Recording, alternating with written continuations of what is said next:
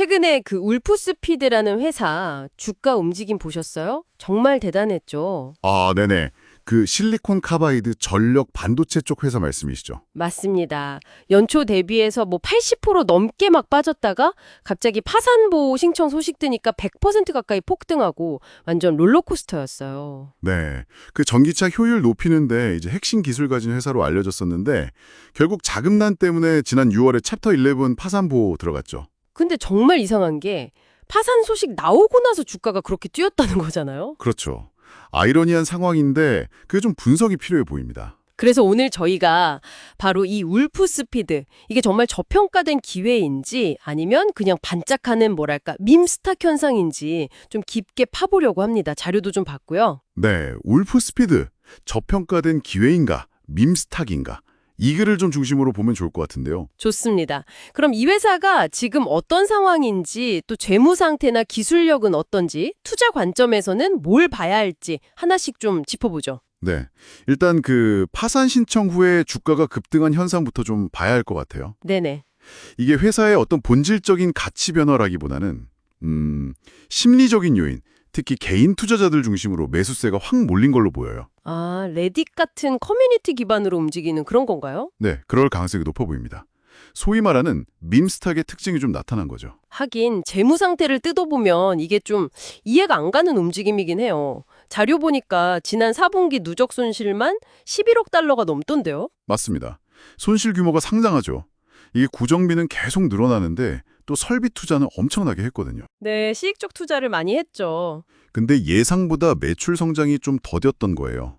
전기차 시장 성장세도 약간 주춤했고 정부 보조금 기대도 있었는데 그것도 좀 미치지 못했고요. 복합적인 문제였군요. 네. 그래서 결국 자금 압박이 심해져서 챕터 11 절차로 들어간 거고 이걸 통해서 부채 한 70% 정도를 탕감하려고 하는 거죠. 70%나요? 와. 네, 목표는 올해 4분기 안에 회생 절차 마무리하는 거라고 하는데 글쎄요, 이건 뭐 계획이니까요. 그렇죠. 계획대로 될지는 모르는 거고. 근데 또 투자자들이 약간 기대하는 부분이 그 새로 온다는 CF 소식도 있더라고요. 아, 네. 7월에 발표된 그레고르 반 이숨이라는 인물이죠. 네, 과거에 반도체 회사들 구조조정 경험이 많다고 알려졌던데요. 이것 때문에 또 주가가 들썩인 면도 있는 것 같고요. 구조조정 경험 자체는 긍정적으로 볼 수 있겠죠. 근데 중요한 건 이 사람이 실제로 오는 게 9월이라는 점. 아, 아직 온 게 아니군요. 네. 그리고 그 경험이 지금 울프스피드가 처한 복잡한 문제를 해결할 수 있을지는 사실 좀 더 지켜봐야 하는 부분입니다. 너무 기대감만으로 보기엔 이르죠. 그렇죠. 아직 뭐 보여준 게 없으니까요. 기술력 쪽은 좀 어떤가요? 원래 사이트 기술은 선두주자 아니었나요? 맞아요. 선두주자였던 건 사실인데 이게 경쟁이 워낙 치열해지고 있어요. ST마이크로엘렉트로닉스나 온셈이 인피니언 같은 회사들이 무섭게 따라붙고 있거든요. 아, 경쟁사들이요? 네. 그러면서 기술적인 우위가 예전만큼 강하지 않다는 분석이 나오고 있고요. 결정적으로는 그렇게 막대한 투자를 쏟아부었는데도 아직 손익분기점도 못 넘었다는 거. 그게 좀 그게 좀 충격적이네요. 돈은 계속 들어가는데 이익은 못 내고 있다는 거니까. 그렇죠. 그리고 기술 자체의 진입 장벽도 예전보다는 좀 낮아졌다는 평가도 있고요. 그러니까 과거의 기술 우위가 미래 성공을 담보해주지는 못하는 상황인 거죠.